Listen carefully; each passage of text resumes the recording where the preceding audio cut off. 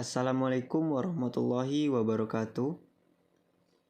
Selamat pagi dan salam sejahtera untuk kita semua.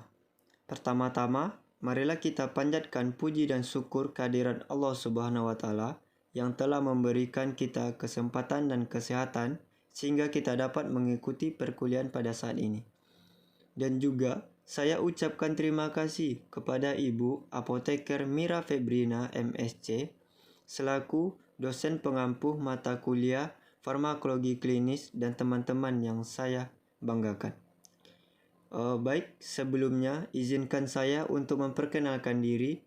Perkenalkan, nama saya Muhammad Rifan dengan NIM 2101139 selaku moderator pada saat ini. Selanjutnya, anggota kelompok saya yaitu ada Andin Putri Frisanti, Azharah Dwi Zulfa, Fairuz Nabila, Indira Cantika, Oktavia Muhaddis, Salila Fitria Zulfa, dan Fira Azura. Baik, tanpa memperpanjang lagi, selanjutnya ada penyampaian materi mengenai obat-obat terkait sistem kardiovaskular 2. Baik, penyaji pertama silakan untuk mempresentasikan. Di sini saya akan menjelaskan tentang obat diuretik. Yang pertama ada pengertian dan fungsi dari obat diuretik. Diuretik merupakan obat yang digunakan untuk mengeluarkan cairan berlebihan di dalam tubuh dan memicu proses pembentukan urin. Diuretik dapat bekerja dengan meningkatkan ekskresi air, natrium klorida sehingga mampu menyeimbangkan cairan ekstrasel dan menurunkan volume darah dalam tubuh.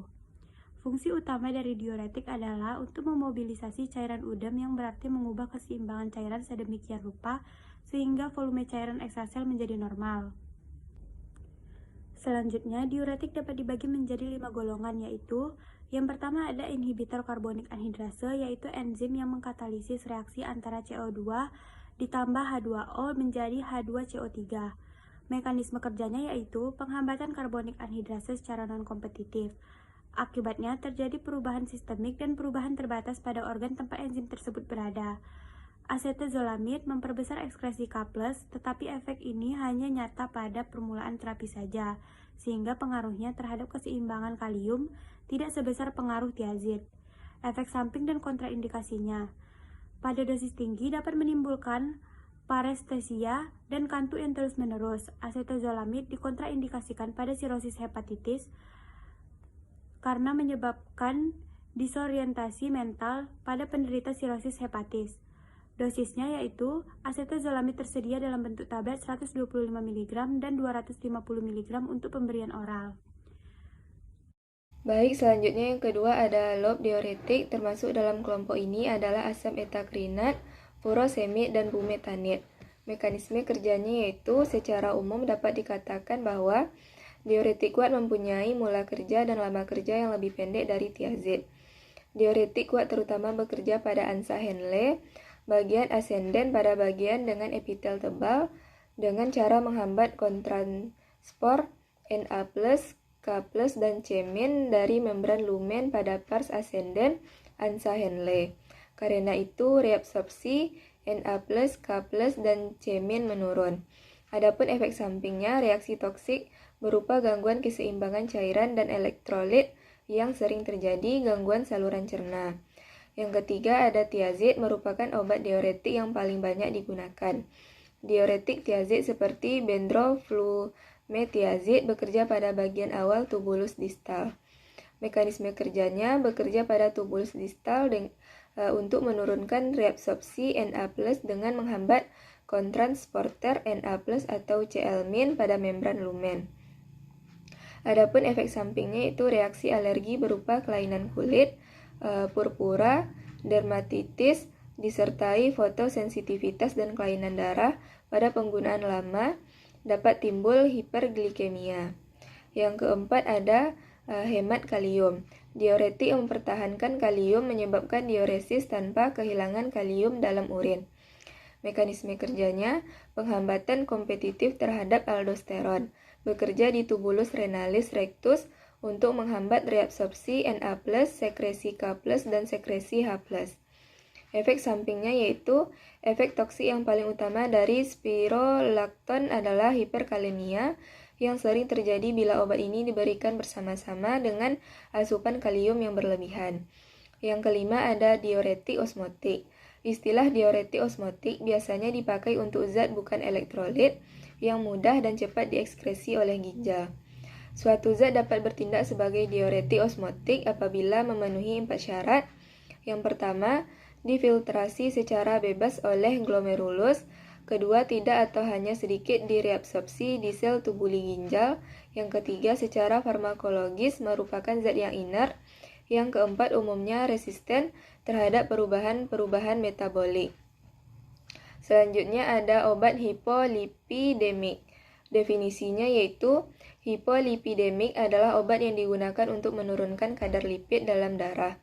Hiperlipidemia adalah suatu kondisi kadar lipid darah yang melebihi kadar normalnya. Penggolongan obat hipolipidemik digolongkan yang pertama golongan inhibitor HMG CoA reduktase, obat golongan resin pertukaran anion, asam nikotinat, fibrat, dan inhibitor pada absorpsi kolesterol usus. Yang pertama ada statin. Golongan yang termasuk statin adalah simvastatin, atorvastatin, rosurvastatin, kalsium, lovastatin, fluvastatin, pravastatin, dan vitavastatin. Indikasi dari obatnya yaitu hiperkolesterolemia primer pada pasien yang tidak cukup memberikan respon terhadap diet dan tindakan-tindakan lain. Sebagai terapi tambahan pada diet untuk mengurangi peningkatan kolesterol total, CLDL, apolipoprotein B, dan trigliserida pada pasien dengan hiperkolesterolemia primer, kombinasi hiperlipidemia. Kemudian hiperkolesterol primer atau dislipidemia sebagai terapi tambahan jika upaya diet dan olahraga tidak mencukupi. Selanjutnya, lovastatin digunakan terutama untuk anti-hiperkolesterolemia. Lovastatin juga potensial digunakan untuk pengobatan penyakit Alzheimer, kanker, osteoporosis, Parkinson, multiple sclerosis, dan rheumatoid arthritis. Terapi tambahan pada diet untuk menurunkan kolesterol dan meningkatkan kolesterol HDL pada pasien dewasa dengan hiperkolesterolemia primer dan dislipidemia campuran. Pasien hiperkolesterol tanpa bukti klinis penyakit jantung koroner sebagai tambahan pada diet untuk mengurangi resiko infrak miokardial, revaskularisasi miokardial, dan kematian kardiovaskular dengan tidak meningkatkan kematian bukan akibat kardiovaskular. Selanjutnya, ada asam fibrat. Fibrat bekerja sebagai ligan untuk reseptor transkripsi nukleus, reseptor alfa peroksisom yang diaktifasi poliferator, dan menstimulasi aktivitas lipoprotein lipase. Golongan ini seperti fenobritat, bezafibrat, kolifibrat, dan sipofibrat, dan gemfibrozil. Indikasi obat ini yaitu hiperlipidemia tipe 2A, 2B, 3, 4, dan 5 pada pasien yang tidak merespon dengan cukup terhadap diet dan tindakan-tindakan lain yang sesuai. Pencegahan primer penyakit jantung koroner pada pria usia 40-55 tahun dengan hiperlipidemia yang tidak merespon dengan baik terhadap diet. Yang ketiga ada nikotin. Indikasinya yaitu terapi tambahan pada upaya diet dan olahraga tidak merespon dengan cukup dengan menurunkan kadar TC, LDL-C, ApoB, dan TG dan meningkatkan HDL-C pada pasien dengan hiperkolesterolemia dan mixed dislipidemia. Yang keempat ada inhibitor absorpsi kolesterol. Itu ada ezetimibe. Hiperkolesterolemia primer diberikan tunggal atau kombinasi dengan inhibitor HMG dan CoA reduktase, dan homozigos familial hiperkolesterolemia kombinasi dengan statin. Yang kelima ada bile asid sequesteran. Golongan ini seperti kolestipol hidroklorida, kolestiramin, kolesefalam. Indikasinya hiperlipidemia terutama tipe 2A pada pasien yang tidak cukup memberikan respon terhadap diet dan tindakan lain yang sesuai.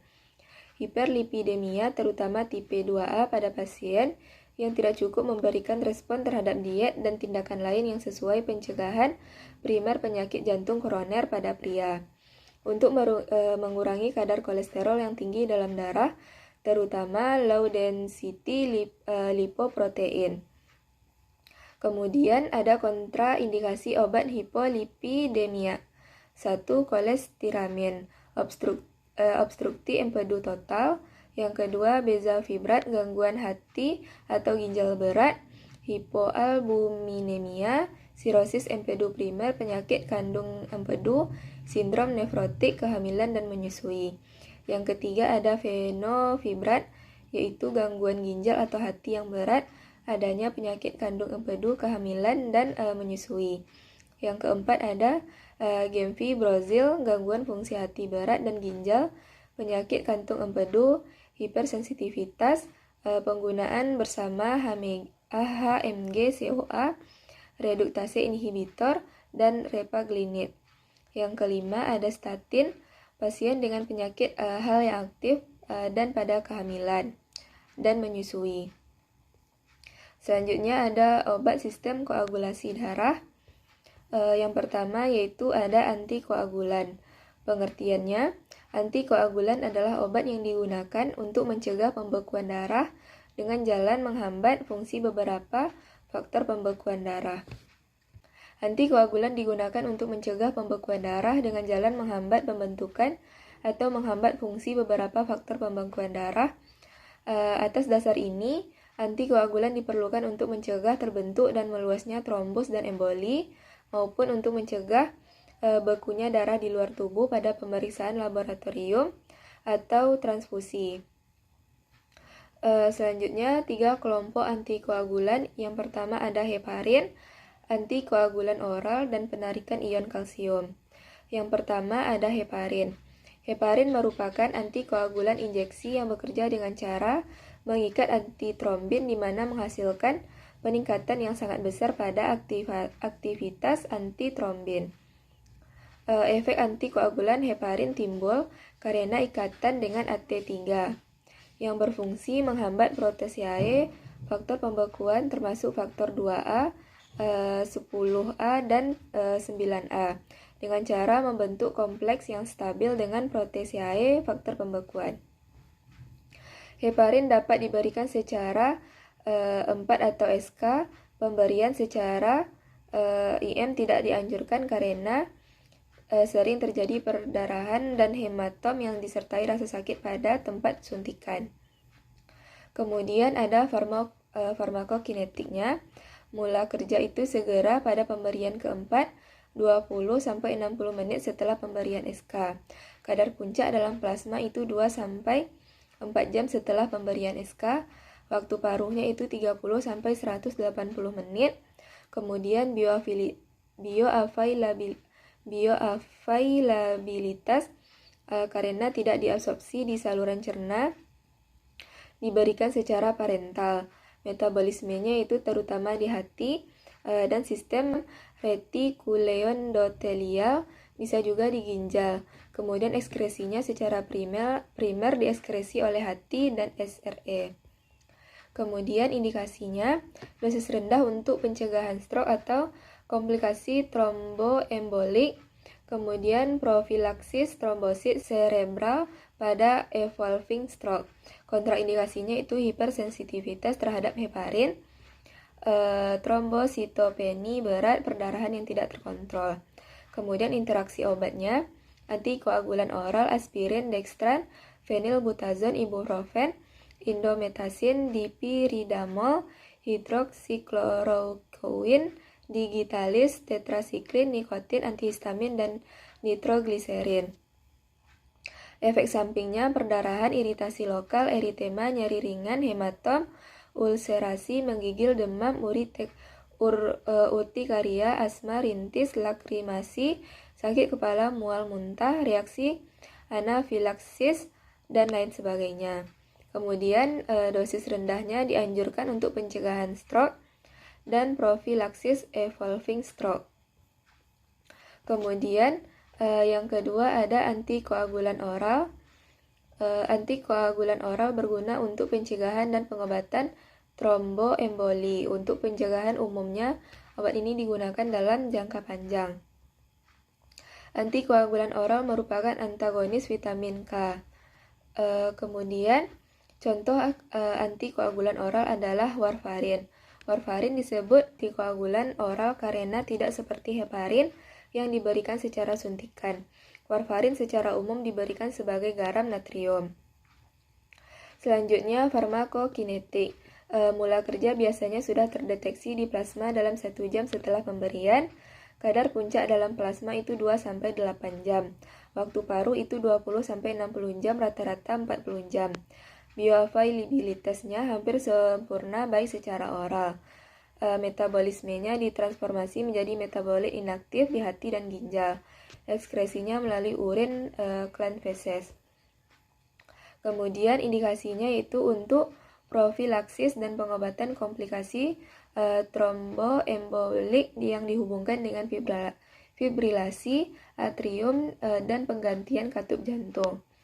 Kemudian kontraindikasinya semua keadaan di mana risiko terjadi perdarahan lebih besar dari keuntungannya yang diperoleh dari efek antikoagulannya, termasuk pada kehamilan, kecenderungan perdarahan, atau blood dyschariasis.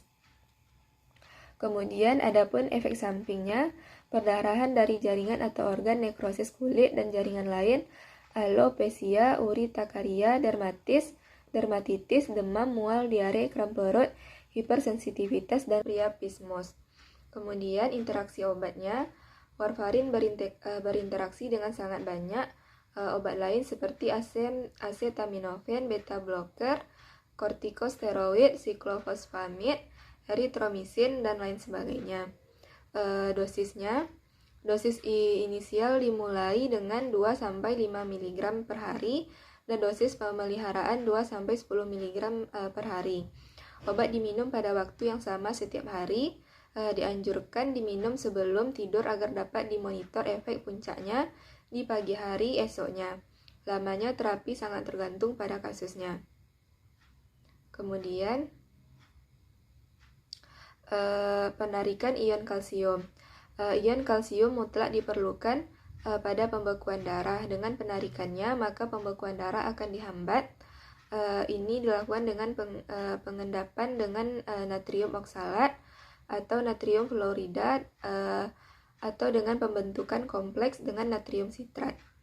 Penarikan ion kalsium hanya dapat dilakukan secara in vitro, karena secara in vitro penurunan kadar kalsium dapat menyebabkan tetani atau otot kaku dan kejang.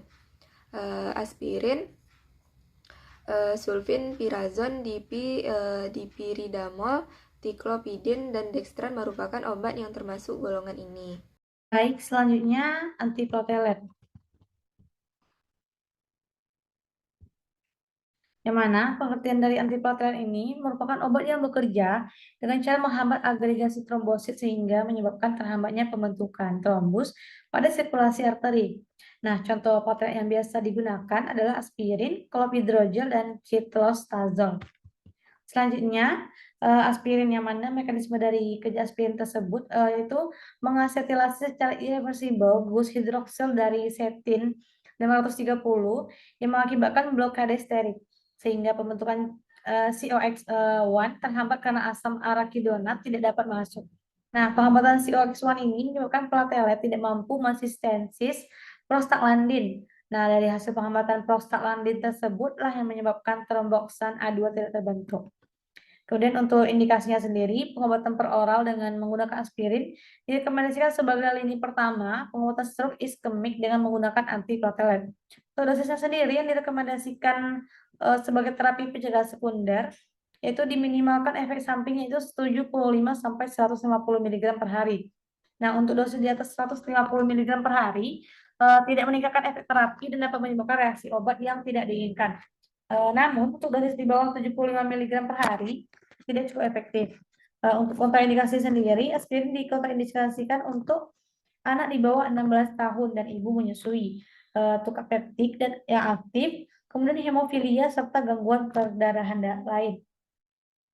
Untuk efek sampingnya sendiri, selain efeknya yang baik terhadap stroke iskemik, pemakaian aspirin juga dapat menyebabkan efek samping yang bersifat mayor, yaitu risiko terjadinya perdarahan saluran cerna, rasa tidak enak di perut, mual, dan ruam di kulit. Untuk interaksi obatnya sendiri, aspirin bisa dan mampu berinteraksi dengan beberapa obat lain seperti ibuprofen, warfarin, rivaroxaban, dan apixaban. Dan untuk clopidogrel memiliki mekanisme seperti efek anti-agregatory protelet. Nah, dalam hal ini, clopidogrel ini menghambat jalur dari adenosin di fosfat atau ADP, sehingga menyebabkan perubahan membran protein dan gangguan dengan membran interaksi fibrinogenik yang mengarah pada pemblokiran trombosit glikoprotein reseptor 2B atau 3A. Kemudian untuk indikasi dosis dan kontraindikasi efek samping serta interaksi obatnya bisa dilihat seperti penjelasan terlampir. Selanjutnya cilostazol juga penjelasan terlampir. Kemudian yang ketiga itu fibrinolitik. Nah, fibrinolitik ini adalah suatu obat yang bisa memecah gumpalan darah yang menyebabkan penyumbatan pada pembuluh darah dan dapat menghalangi aliran darah ke organ vital. Bekerja dengan cara berdifusi ke dalam bekuan darah dan mengaktifkan plasminogen yang digunakan untuk menghancurkan gumpalan-gumpalan pada kondisi seperti trombosis vena, emboli paru, dan sebagainya. Untuk contohnya yaitu streptokinase dan urokinase. Untuk streptokinase sendiri memiliki mekanisme kerja yaitu untuk mengaktifkan plasminogen secara tidak langsung, yaitu bergabung dengan plasminogen dahulu untuk membentuk kompleks aktivator, kemudian plasminogen akan berubah menjadi plasmin. Untuk dosisnya sendiri dan indikasi serta kontraindikasi dan efek sampingnya seperti penjelasan terlampir. Kemudian untuk urokinase memiliki mekanisme kerja diisolasi dari urin manusia dan langsung mengaktifkan plasminogen. Serta untuk dosisnya dan indikasi serta kontraindikasinya seperti penjelasan terlampir. Selanjutnya, apa untuk shock dan hipotensi? Apa itu shock? Shock adalah suatu keadaan yang mana disebabkan gangguan sirkulasi darah ke dalam jaringan sehingga tidak dapat memenuhi kebutuhan oksigen dan nutrisi jaringan, dan juga tidak mampu mengeluarkan hasil metabolisme. Nah, shock ini merupakan suatu kegagalan sistem sirkulasi untuk mempertahankan perfusi organ-organ vital di mana suatu kondisi yang mengancam jiwa dan membutuhkan tindakan segera dan intensif untuk menyelamatkan jiwa. Selanjutnya, shock ini ditandai dengan keadaan umum yang lemah, pucat, cool dan dingin dan basah, denyut nadi meningkat, vena perifer yang tak tampak, tekanan darah menurun, produksi urin menurun dan kesadaran menurun, serta tekanan darah diastolik darah sistolik lazimnya kurang dari 90 mm raksa atau menurun dari 50 mm raksa di bawah tekanan darah semula. Selanjutnya, untuk penanganan shock sendiri, langkah pertama yang akan dilakukan yaitu dalam pengelolaan penderita shock adalah dengan mengenali adanya shock itu sendiri melalui gejala shock atau tanda-tanda klinis terjadinya shock. Tidak ada tes laboratorium yang bisa mendiagnosa shock dengan segera. Nah, diagnosa dibuat berdasarkan pemahaman klinik, tidak kuatnya perfusi organ dan oksigenasi jaringan. Kemudian langkah kedua yang kita lakukan adalah menentukan sebab dari shock. Pada penderita trauma, semua jenis shock mungkin ditemukan. Kebanyakan penderita dalam hemorrhagic shock, namun cardiogenic shock atau shock karena tension pneumotoraks harus dipertimbangkan pada perlakuan di atas diafragma. Selanjutnya untuk hipotensi adalah tekanan darah rendah atau hipotensi terjadi bila tekanan darah lebih rendah dari biasanya. Yang berarti jantung, otak, dan bagian tubuh lain tidak mendapatkan cukup darah. Nah, gejala tekanan darah rendah ini bisa meliputi penglihatan kabur, kebingungan, pingsan, pusing, kantuk, lemas, dan seseorang disebut menderita hipotensi bila tekanan darahnya di bawah 90/60 mm raksa. Namun, hal itu tidak berlaku bagi setiap orang, karena ada orang yang tekanan darah normalnya selalu rendah, tetapi orang tersebut tidak merasakan gangguan. Sementara ada orang yang bertekanan darah di atas angka tersebut, tapi mengalami masalah hipotensi. Nah, faktor yang paling penting adalah adanya perubahan tekanan darah dari kondisi normal. Kemudian untuk obat gangguan sirkulasi darah sendiri, atau pengertian dari vasodilator adalah obat pelebar pembuluh darah yang membuat aliran darah mengalir lebih lancar. Itu sebabnya obat ini disebut juga obat kardiovaskular, bekerja dengan melebarkan diameter bagian dalam pembuluh darah atau disebut lumen. Kemudian untuk vasodilator bekerja dengan cara merelaksasikan otot polos pembuluh darah sehingga meringankan kerja jantung dalam memompa darah dan melancarkan peredaran darah. Untuk obat vasodilator sendiri biasa digunakan untuk menangani berbagai masalah kesehatan yang berhubungan dengan sistem kardiovaskular seperti penyakit jantung, mencegah stroke, hipertensi, preeklamsia, hipertensi sistemik dan juga nefropati diabetes. Kemudian untuk mekanisme dari obat vasodilator sendiri, yaitu angiotensin converting enzyme atau AC inhibitors. Jenis ini bekerja dengan menghambat aktivitas enzim AC yang akan menurunkan produksi angiotensin penyebab 33 pembuluh darah mengerut. Nah, beberapa jenis obat yang termasuk AC inhibitors ini adalah seperti benazepril, captopril, dan enalapril. Kemudian untuk dosisnya yang dianjurkan adalah 2-3 kali 6,25 mg sampai 12,5 mg sehari dan perlahan dinaikkan bila perlu. Untuk efek samping dan dosisnya ini seperti penjelasan terlampir. Kemudian untuk efek samping dari obat vasodilator ini bisa meliputi sakit kepala, mual, pusing, glukosa darah rendah, juga sakit perut. Baik, sekian dari saya kembalikan kepada moderator. Terima kasih. Demikianlah yang dapat kami sampaikan. Apabila ada salah kata, mohon maaf. Dan saya akhiri. Assalamualaikum warahmatullahi wabarakatuh.